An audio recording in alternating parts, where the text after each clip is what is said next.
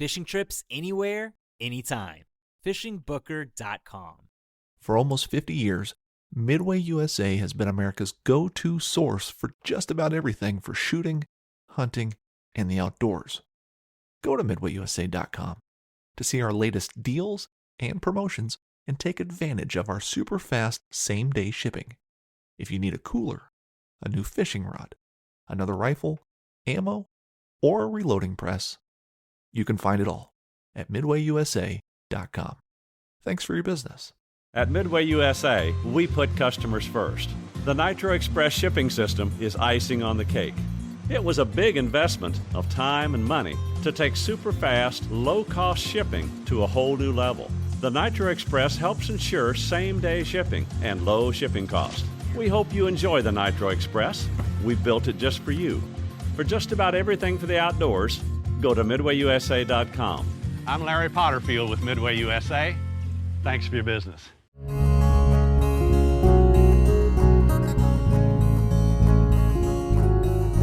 Welcome to the Casting Across Fly Fishing Podcast. I'm Matthew of CastingAcross.com, where I explore the quarry and culture of fly fishing. Today, episode 341 of the podcast, we are picking up on a theme that was started in 2019 and was revisited in 2021, and here we are 4 years later, and we're going to dive right back on in.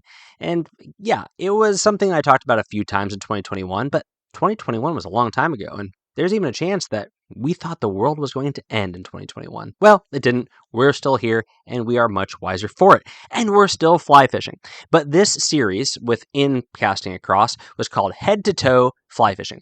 And the first one that came out was Head to Toe Winter Fly Fishing, and then Head to Toe Summer Fly Fishing, then Head to Toe Fall Fly Fishing. And so there's a very good chance that if you're an astute observer of what I've said, that you know that today we're talking about Head to Toe spring fly fishing. So what do I mean by that? I mean the clothing choices that you make as you enter into a season for fly fishing. Now, a couple of disclaimers. Yes, this is being recorded in late May, so for a good part of the country, spring has sprung and has been in full swing. But for where I am in New England, it's been kind of chilly, and for down into the mid-Atlantic, it's been similarly cold, and the water's been really, really high. We've had a very, very wet spring, which is fantastic as we anticipate the fishing. But the same thing is true as you move west and north, in that the spring season, especially in places where you're fishing runoff and snowmelt, it is not necessarily March, April. It's more like May, June is springtime. And so that's the first disclaimer. The second one is I know full well, as do you, that your clothing doesn't make you a better angler. You could wear jeans and you could wear old tennis shoes on top of rubber waders, and you could have cotton on, and you could have dollar store sunglasses, and there's a good chance you'll outfish me, because at the end of the day, those most core skills are not related to gear at all. You can have the most low-end, cheap, old, basic gear possible, but if it's put into the hands of someone who knows where fish are, then that's going to be great. So keep that in mind. All this stuff is simply recommendations. If you are asking the question, or if you have options, and you've seen people talk about this, it is not an indictment if this is not how you choose to spend your time and your money, but it's simply for those who are curious and those who do want to make some choices, because it really is more about comfort. Now, I'm a firm believer that the more comfortable you are, the better choices you're going to make. So this is where I do think the rubber meets the road when it comes to what you wear and how you fish. I'll give a very good example. If you are not wearing the right wading boots and you are fishing with trepidation because you're going to think you're going to fall, then you're not going to be fishing with the kind of confidence that you ought to fish with. Furthermore, you're probably not going to be able to wade into all the places where you probably could and should wade to make the best presentations to the fish that you know how to get to, if you can't wade with not just security, but also with comfort. So I know that's kind of an extreme example, but that illustrates kind of how this does blur the lines from an option to, really impacting your fly fishing. So, spring fly fishing. Spring fly fishing brings with it a lot, especially when it comes to targeting fish that are out on the move, paying attention to any populations of fish that are spawning, as well as even in some parts of the country, the fact that things don't open up necessarily until springtime. But when it comes to the climate, when it comes to the temperature of the water, that's where it's really going to influence what you wear. So you might even say, I can just kind of dress in the springtime the way I dress in the fall, because there are these shoulder seasons where it's maybe, chilly in the morning and the evening, but kind of or warmer in the middle of the day. Well, that's true, but that has to do with the air temperature. The water temperature in the springtime is oftentimes quite chilly, even as the air temperatures start to come up. And again, this is the case if you are fishing places that where you're fishing runoff or you're fishing tailwaters. Tailwaters can be chilly year round, but the water temperature is going to be much cooler in the springtime, generally speaking, than it is in the fall. So this is why one of the most important pieces of fly fishing gear year round, but especially in the spring and the fall, is your socks. Now, we're talking head to toe, but I guess we're turning it around and going bottom up. Your socks matter a lot. And one of the things that I like to think about when I talk to people about socks for wearing in waders, and again, when it comes to spring fly fishing, there's a very good chance you're going to be in waders probably the entire time, unless you have a really warm stretch and you're fishing warm water. If for bass or for carp or something like that, you're probably going to be in waders. But one of the things that I like to communicate about wading socks is wool, wool, wool. From years of doing this, years of selling gear, years of paying attention to catalogs, years of not just waiting for fishing, but also for hunting and lots of hiking and just, spending time sitting out in a cold, deer blind. Wool is king. There can be, of course, some synthetic materials utilized for elasticity and things like that, but wool is going to give you the best warmth to cushion ratio, and in my humble opinion, they're going to last the longest for only a little bit more money. So you might say, I would never spend $25 on a pair of socks. Well, if you spend $15 on a pair of good outdoor socks that are all synthetic, or again, the shuddery word, cotton, there's a good chance they're going to wear out really quickly compared to a wool sock. Now, this is kind of a buy once, cry once, but hopefully you're buying more than one pair of socks. But a good pair of wool socks will not only last longer, but they're going to give you more of those benefits that you need when you are in a pair of waders. And those two benefits that you get are cushion, which goes to comfort, and wicking and moisture control, which also speaks to comfort. And not something we don't like to talk about, and I probably haven't mentioned too much on Casting Across 340 some episodes and 10 years of writing, is just, people have foot issues. And I'm not talking about bones and tendons. I'm talking about things that grow under toenails and between the toes. And wool is going to foster an environment that is much more suitable for those kind of things being kept in check than something like cotton or kind of a plastic-like synthetic material. So a good pair of wool socks is so important. So get some good wool socks. And this is a great example of something where if you have everything, you have every rod, every reel, and all the other stuff, just start replacing your wardrobe. Start getting rid of your synthetics. Certainly get rid of that cotton and go to wool. It is going to keep you much, much happier, especially, and again, this is another thing where as age and capacity is something that maybe becomes more of a limiting factor. The comfort that you're going to have in the springtime and wearing wool socks is going to keep you on the water longer, and this might be important, especially if you're coming off of an off season. You might not be used to it, and there are small but noticeable differences in your foot health and foot comfort. All right, so we're talking 5 minutes about socks, but it's just such an important thing to pay attention to. And I don't necessarily buy only from fly fishing companies, and this is the one thing that I think is consistent when I go toe to head here in this podcast episode. Everything here you can buy from the fly fishing catalog and spend a lot of money, or you can go to the hunting catalog, the hiking catalog, or just the general outdoor catalog and get this stuff and do really, really well. I have integrated so many general outdoor conventional fishing. I've been integrating more conventional fishing clothing into my wardrobe. I mean, these are the jackets that are made for guys who are on open water, not people like you and me who are fly fishing on creeks with, pine trees covering us most of the time. And stuff like this is really, really a beneficial way to have more options, both for fit and function. Okay, so moving on up, we are talking about layers. Now, one of the things that I like to do in the springtime and in the fall is have a lightweight layer underneath my other clothes. Now, this is where wool is best, but I think that like long underwear, whether it be a union suit, sure, why not? But like a base layer for the bottoms and a base layer for the top, something that's like essentially like a crew neck up top and then just a pair of pants on the bottom that isn't necessarily compression. But I think polypropylene and other synthetic materials are better in this case than they are for socks. So wool is still better, but an okay and a very, very helpful thing is to have a polypropylene or sort of synthetic base layer, because what this is going to do is, again, it's going to give you the breathability and it's going to regulate your temperature. This is not going to be something where you are dying and sweating to death if the temperatures start to get into the high 70s in the middle of the day, because these materials, as long as you buy the right kind, those kind of light or mid-weight base layers, they are going to trap in some of that warmth when it is cooler, but it's also going to breathe and wick away that moisture when it starts getting warmer, and so it will help you regulate. And so that's a great thing to have, especially in those mornings that may start off in the high 30s or low 40s, and you might get those 20 to 25 degree swings without having to completely disrobe streamside and throw things in your backpack and make a whole ordeal about that. But then on the top, I am a big believer in getting good wading pants. Again, don't fish in your jeans. You'd be better off fishing in a pair of sweatpants, of cotton sweatpants, which is still not ideal, than you would be for jeans. And a lot of that has to do with just your mobility and, also just the trapping of moisture.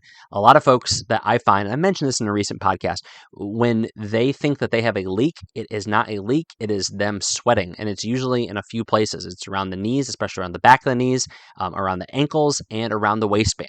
Look at all this, this water. My waders have a pinhole leak, and I can't believe that Sims, Orvis, Patagonia, whoever it may be, would sell me these $400 waders and they're leaking already. Well, it usually is perspiration that is pooling up because your clothing is trapping that perspiration. So a good breathable pair of wading pants. Now, this doesn't have to be something super high end, but a lot of the nicer ones are going to be in that, $50 to $60 range and more expensive.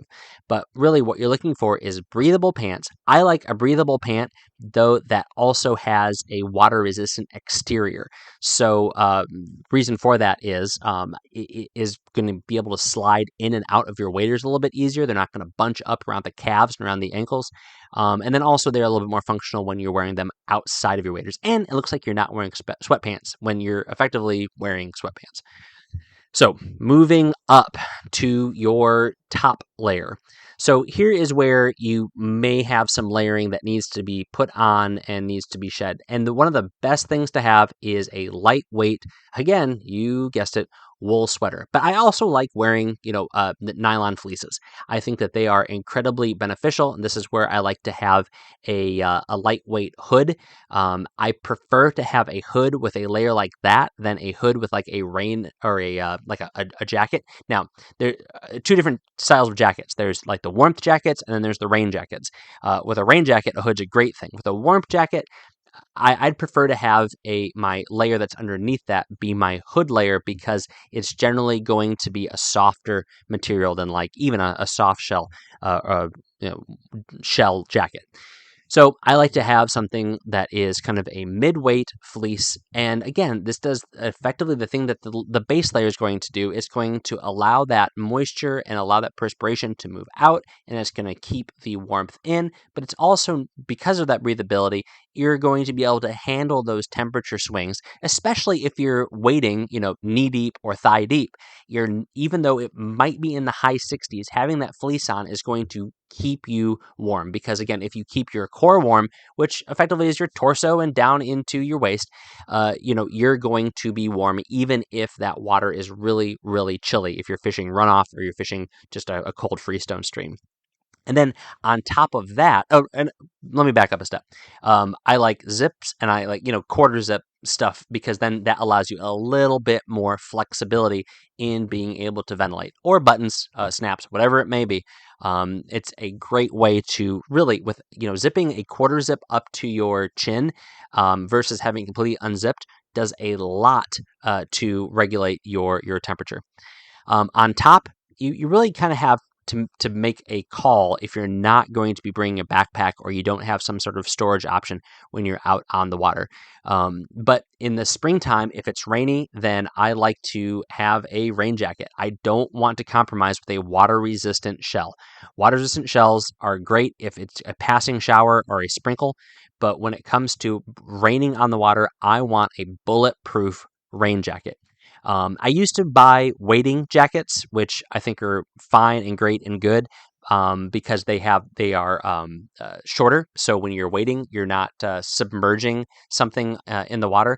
But I've found that the cost versus benefit ratio with that is not as beneficial as having a legit bulletproof rain jacket.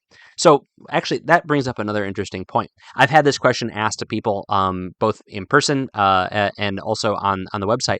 How do you layer with your waders on? In this scenario, when I am talking about springtime fishing, of course, you have your base layer and your fleece or whatever that mid-weight layer is going to be. Under with your wader straps and your waders over that. And then I put my rain jacket on top of that, simply for the reason the water is going to run down. I don't want it running into my waders. And so, the hem of my jacket is going to get wet. And, I have to make sure my waterproof pockets are zipped up so water doesn't get into them, or I don't have anything in those bottommost pockets if I'm wading deep and I'm wearing a rain jacket. But if I'm wearing like a soft shell or something like that, that's going to go inside of my waders because, again, then I'm going to have the warmth of that keeping my core nice and warm. So the decision, again, going back to that you have to make is, do you want a rain jacket or do you want a jacket? Do you want a shell? And my preference is to, first of all, have both handy. Keep the second thing in the car. And then the other thing to think about is, what are you most likely going to use? So recently I was out on the water on some incredibly rainy days, and I chose to wear a heavier weight mid-layer, kind of a fleece, and then a rain jacket. And I kept the rain jacket, completely unzipped, hood down until it started raining, and then everything went up nice and tight. But this is a springtime inevitability, is you're going to have very variable weather. And you're going to have in a lot of places, you're going to have that rain come in. And when the rain come in, it gets really, really cold. And so you want to have those layers available. And so this is the time to break out that backpack, or this is the time to break out that vest that has that kangaroo pouch in the back. I know kangaroos have their pouches in the front.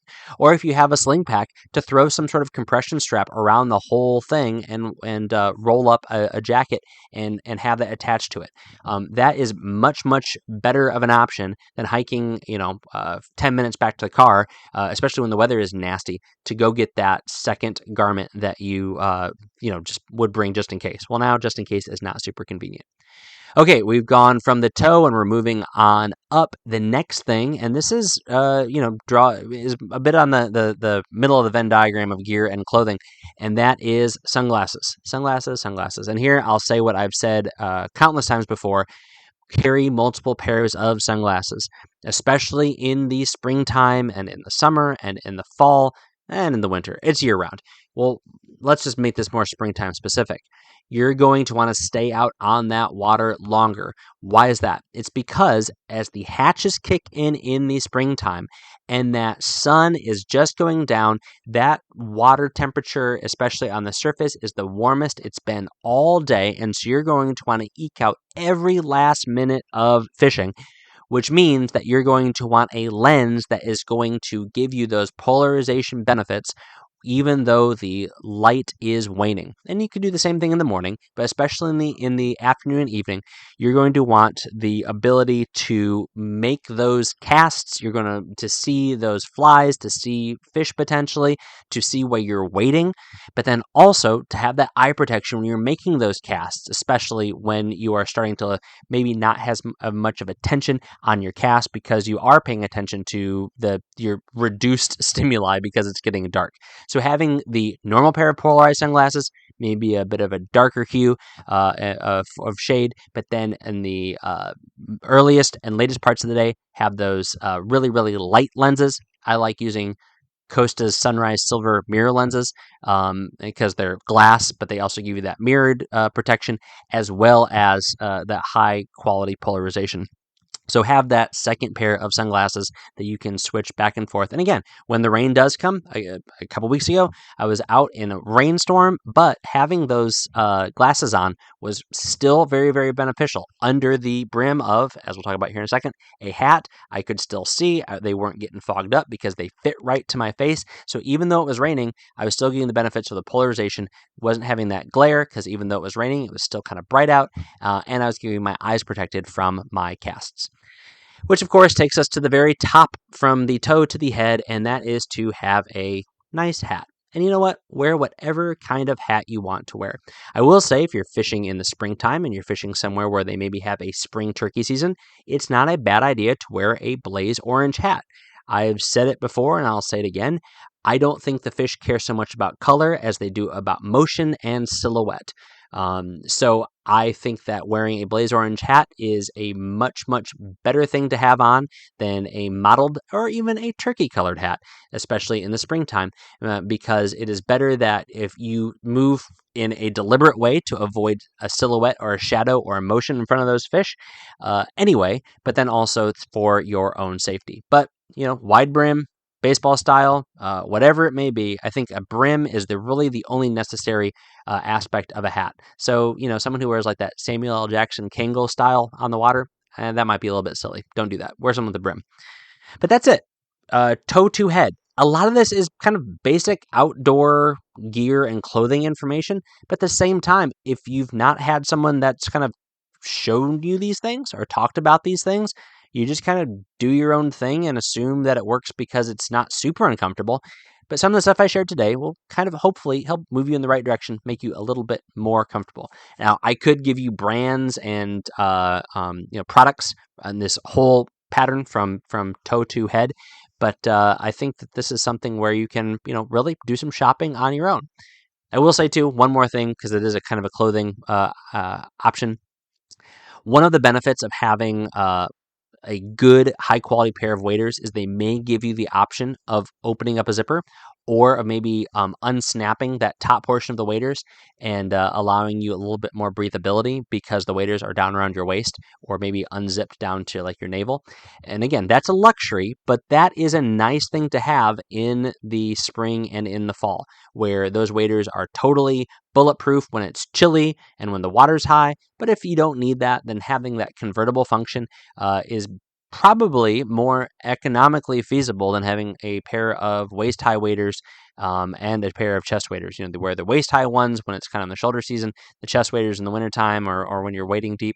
It's nice to just have something that can have some convertible functionality as well. So is there a piece of fly fishing clothing that you think is absolutely essential for the springtime? Let me know. I would absolutely love to hear it.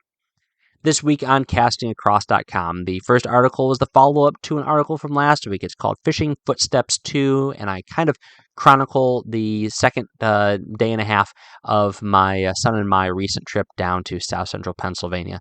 So it's kind of a quick look at stuff that I'll probably elaborate on in the coming future. Wednesday's article was called What Do You Want in a Book Review? Plus a giveaway. So this is a survey. I haven't done a lot of surveys on the website, but this is a quick survey. It's like 6 or 7 questions, and it's almost all drop-downs and multiple choices. And actually, all of the required questions are drop-down and multiple choices. You only have to type something in if you want to. But it's just to kind of get some feedback on the book reviews that I have been putting out for the last 15 weeks or so on YouTube, because I just want to make sure I'm doing stuff that fits what you want and what you need.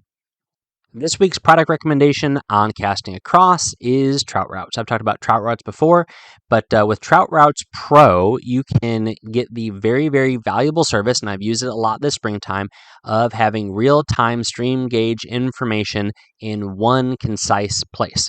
Now, yes, you can bookmark all of your favorite stream gauges, but I have found it to be much, much easier just to tap on Trout Routes, and then you can also bounce around.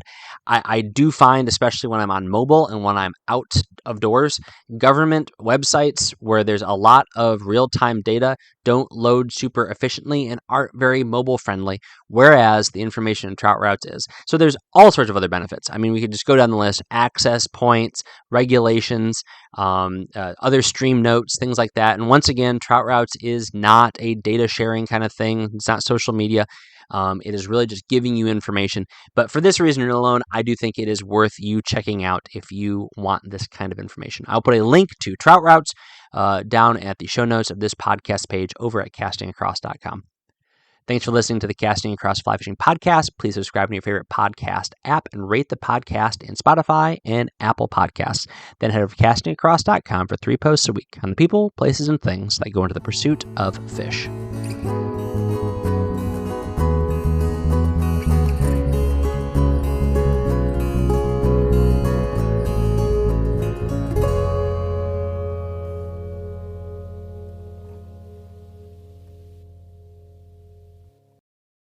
Explore historic waterways in 2025 with Scenic on the most inclusive cruise on Europe's rivers.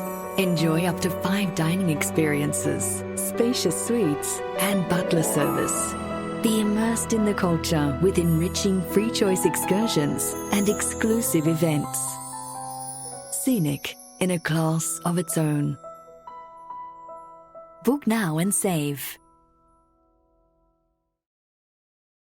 Want to plan your next fishing trip without the hassle? FishingBooker.com is the best way to find and book a fishing charter anywhere in the world. Whether you're chasing trophy fish or just looking for a family day on the water, Fishing Booker makes it simple, fast, and secure. With thousands of experienced guides, verified reviews, and 24/7 customer support, Fishing Booker takes the guesswork out of planning. Visit FishingBooker.com and book your trip today. Fishing Booker. Fishing trips made easy.